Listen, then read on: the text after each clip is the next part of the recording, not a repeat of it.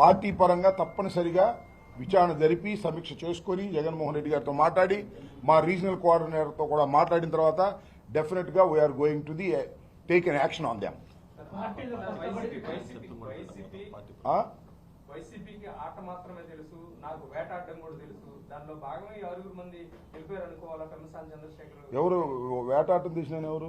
పెమ్మసాని చంద్రశేఖర్ వ్యాఖ్య చేసిన వ్యాఖ్యలు ఏమన్నాడు?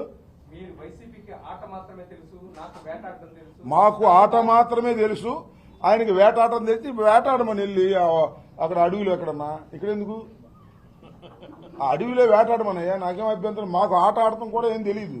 మాకేం తెలుసు ఆట ఆడటం? మాకు ఆట తెలియదు, వేట తెలియదు, ప్రజాసేవ తెలుసు. ఆయనకి ఆట తెలుసు, వేట తెలుసు. వేటాడమను, అడవిలోకి వెళ్ళి ఒక సింహాన్ని వేటాడమను, చూరుకో నక్కనైనా వేటాడమను.